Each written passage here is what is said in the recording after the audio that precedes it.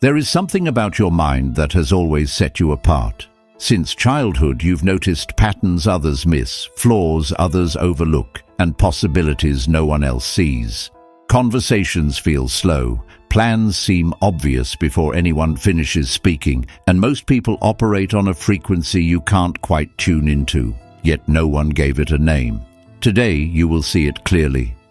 You will discover 7 markers that confirm your mind works differently, sharper, faster, more deeply, and why that clarity is both a gift and a lonely burden.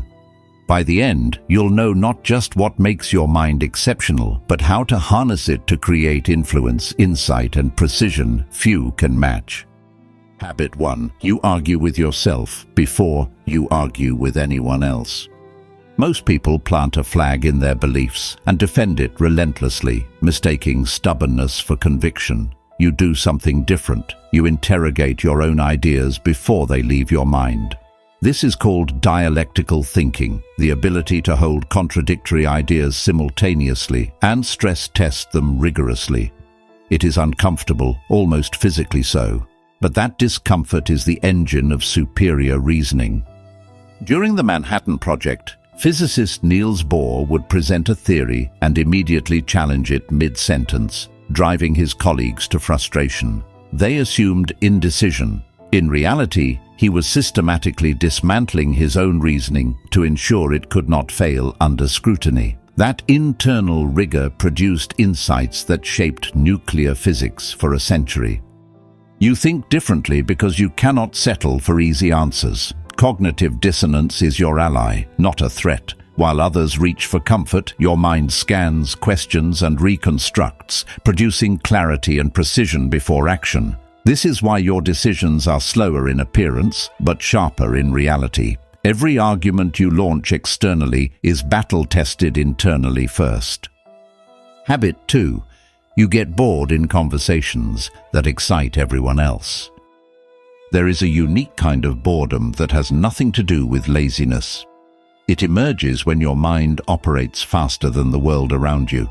Someone is telling a story, the room leans in, laughs, reacts, and you are already 3 steps ahead, predicting the punchline, mapping the argument, connecting unseen dots.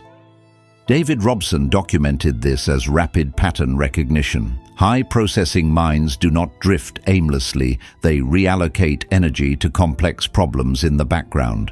While the world claps at the obvious, your mind constructs patterns, integrates ideas from disparate fields, and solves problems no one knew existed. The Japanese chess master Yoshiharu Habu described this. When a game is too simple, his mind would solve previous complex problems automatically. This wandering is overflow intelligence seeking a worthy container. Your boredom is diagnostic. It signals the altitude at which your mind naturally flies, a layer of cognition invisible to the average observer. Habit 3. You change your mind and feel no shame about it. Most people treat a changed mind like defeat. They would rather defend a flawed position than admit error, because their identity is welded to their beliefs. You are different. You update your opinions when evidence demands it, without hesitation or shame. This is called actively open-minded thinking, the rare ability to treat ideas as hypotheses, not heirlooms.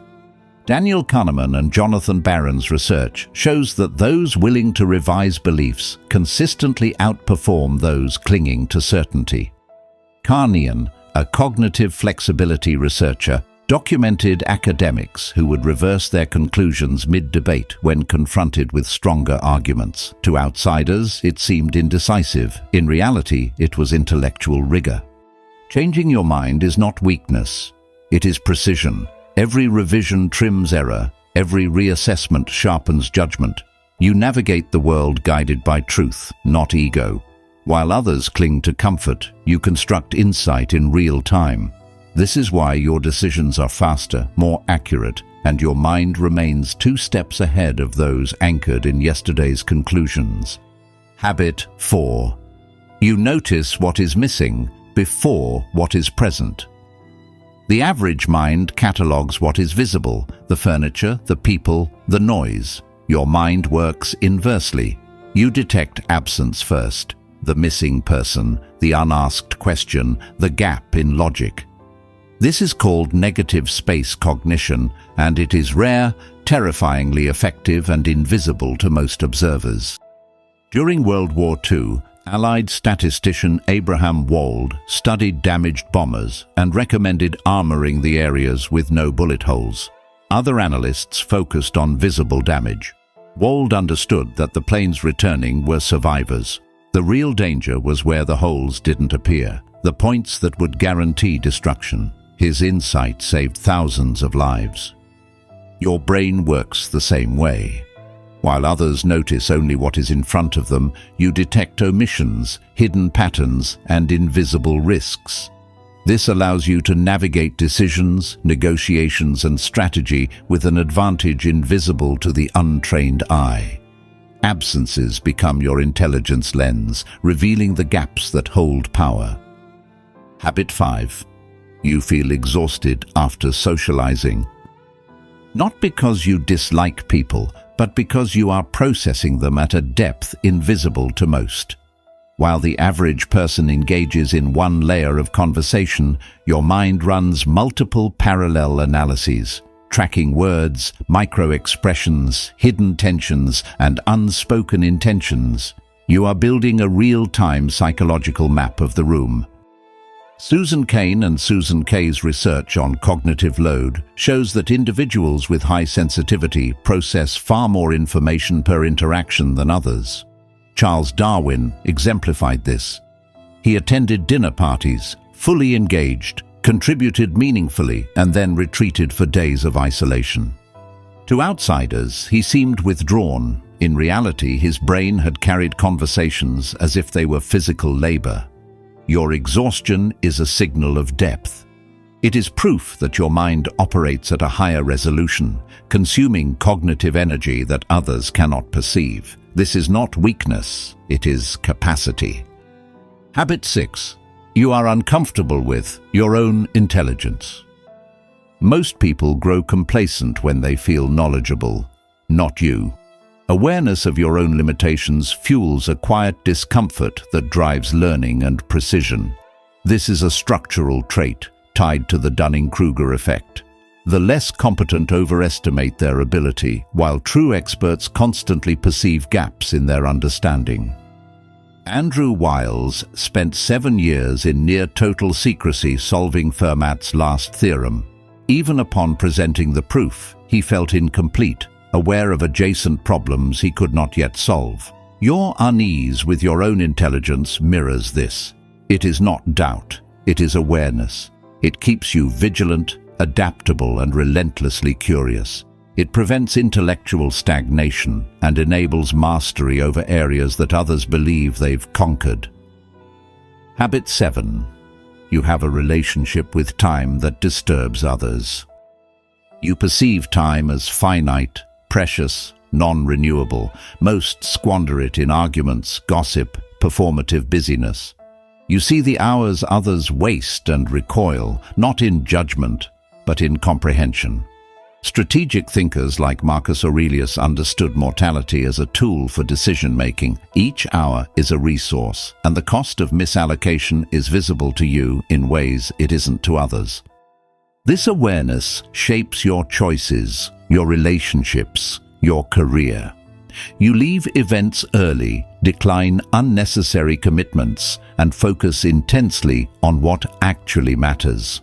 This is not aloofness. It is the arithmetic of influence, the calculus of impact. While others chase fleeting approval, you invest your time in leverage, insight, and long-term outcomes.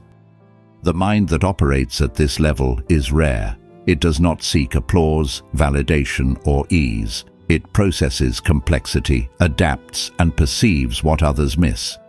You have seen the 7 habits, the markers etched into a sharper mind. Questioning yourself before anyone else, boredom as diagnostic, willingness to change, noticing absence, social exhaustion, discomfort with your intelligence, and strategic mastery of time. You are not broken, you are awake.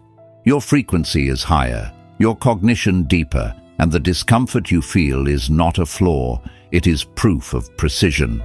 The loud minds gain attention, the sharp minds gain freedom. This is the cost and the gift of intellect. Ask yourself, if your mind is this sharp, what are you holding back? What would happen if you fully harnessed your cognitive power, unshackled by expectation or comfort? That is the question that separates a thinker from the extraordinary.